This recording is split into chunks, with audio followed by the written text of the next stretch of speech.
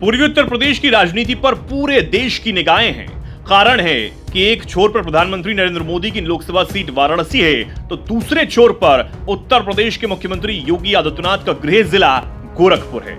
और बीजेपी के लिए मुश्किल यह है कि 2014 लोकसभा और 2017 विधानसभा चुनावों को छोड़ दें तो उसके बाद 2019 लोकसभा और 2022 विधानसभा चुनाव में बीजेपी के लिए यह इलाका सुकून देने वाला नहीं रहा।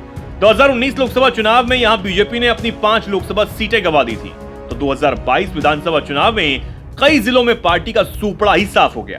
इस तरह 2019 में 3 लोकसभा सीटें ऐसी थीं जहां मामूली वोटों से पार्टी कैंडिडेट चुनाव जीत सके थे। बीजेपी के सबसे बड़े 2 महारथियों के प्रभाव के बावजूद पार्टी की ऐसी दुर्गति क्यों है? 2024 में क्या समीकरण बन रहे हैं? आज के इस वीडियो में हम आपको उत्तर प्रदेश की उन 5 लोकसभा सीटों के बारे में बताने जा रहे हैं जिसके बारे में ग्राउंड रिपोर्ट कहती है इस बार भी इन सीटों पर जीतना मुश्किल है। सबसे पहले बात आजमगढ़ की। 2019 के आम चुनाव में आजमगढ़ सीट से सपा अध्यक्ष अखिलेश यादव ने 2.5 लाख से ज्यादा मतों से जीत हासिल की थी।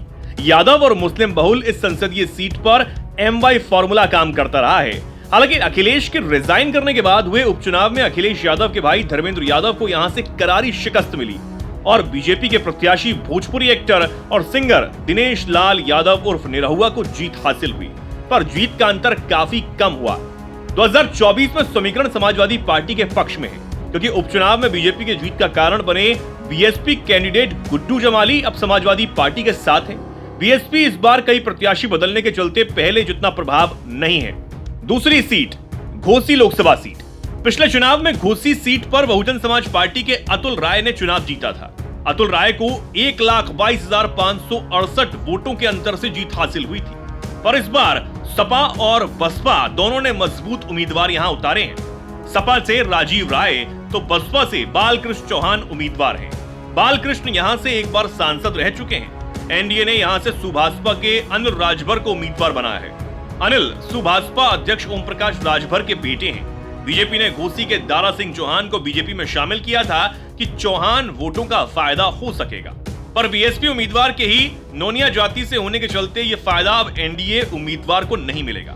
इस तरह बीजेपी को सवर्ण यानी भूमिहार वोट भी मिलने की उम्मीद भी अब कम है, क्योंकि समाजवादी पार्टी ने भूमिहार समुदाय के कैंडिडेट को उम्मीदवार बनाया है। तीसरी सीट है गाजीपुर सीट। गाजीपुर लोकसभा सीट से 2019 का आम चुनाव बहुजन समाज पार्टी के अफजल अंसारी ने जीता था। अफजल अंसारी ने 1,19,392 मतों से यहां जीत हासिल की।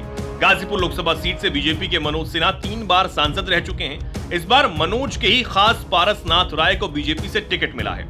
मनोज सिन्हा जब से कश्मीर के उपराज्यपाल बने हैं तब से उनके नाम और काम की काफी चर्चा है। उन्हें लोग प्रधानमंत्री नरेंद्र मोदी का खास समझने लगे हैं। इसके चलते उनका प्रभाव गाजीपुर में कुछ काम कर सकता है, पर मुख्तार अंसारी की मौत के चलते सपा प्रत्याशी अफजाल अंसारी को सहानुभूति वोट मिलने की पूरी उम्मीद है। पर इस बार बहुजन समाज पार्टी अफजाल अंसारी के साथ नहीं है, इसलिए यहां की लड़ाई इस बार कांटे की है। चौथी seat Jaunpur Lok Sabha seat. Jaunpur Lok Sabha seat से भी 2019 में बीजेपी को करारी हार का सामना करना पड़ा था। इस सीट से बसपा के श्याम सिंह यादव ने जीत हासिल की थी। 1989 से 2014 के बीच बीजेपी ने यहां से 4 बार लोकसभा का चुनाव जीता था। इस बार बीजेपी ने मुंबई में पूर्वांचल के लोकप्रिय नेता कृपा शंकर सिंह पर दांव खेला है, पर उनका मुकाबला बाबू सिंह कुशवाहा से है, जो समाजवादी पार्टी के टिकट पर चुनावी मैदान में है। बाबू सिंह कुशवाहा बीएसपी में रहते हुए अति पिछड़ों के कद्दावर नेता रहे हैं। बहुजन समाज पार्टी ने अपने पुराने सांसद श्याम सिंह यादव पर ही भरोसा जताया है। अगर बीएसपी उम्मीदवार कमजोर पड़ते हैं तो समाजवादी पार्टी को फायदा होना तय है। वैसे धनंजय सिंह ने जब से बीजेपी के पक्ष में बैटिंग शुरू की है, बीजेपी को कुछ फायदा होने की उम्मीद जरूर पड़ी है। और 5वीं seat Lalganj Lok Sabha seat. Lalganj seat सुरक्षित सीट है। 2014 से इस सीट से बीजेपी को विजय मिली थी। 2014 में बीजेपी की नीलम सोनकर यहां से जीत हासिल कर चुकी हैं, पर 2019 में समाजवादी पार्टी और बहुजन समाज पार्टी ने एक साथ चुनाव लड़कर बीजेपी से यह सीट छीन ली। लालगंज लोकसभा सीट से 2019 का आम चुनाव बहुजन समाज पार्टी की संगीता आजाद जीती थी। बीजेपी ने एक बार फिर अपनी पुरानी कैंडिडेट नीलम सोनकर पर ही भरोसा जताया है।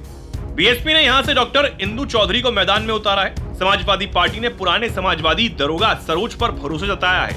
लालगंज सीट पर सबसे अधिक संख्या में मुस्लिम वोटर ही हैं। करीब 2.5 लाख मुस्लिम वोटर्स हैं और 2 लाख के करीब यादव वोटर्स हैं, पर अति पिछड़ों और दलितों का वोट भी इतना है कि निर्णायक हो जाता है। इसलिए यहाँ की जीत भी बीएसपी कैंडिडेट की ताकत पर निर्भर करेगा कि वो चुनाव को किस दिशा में मोड़ देता है।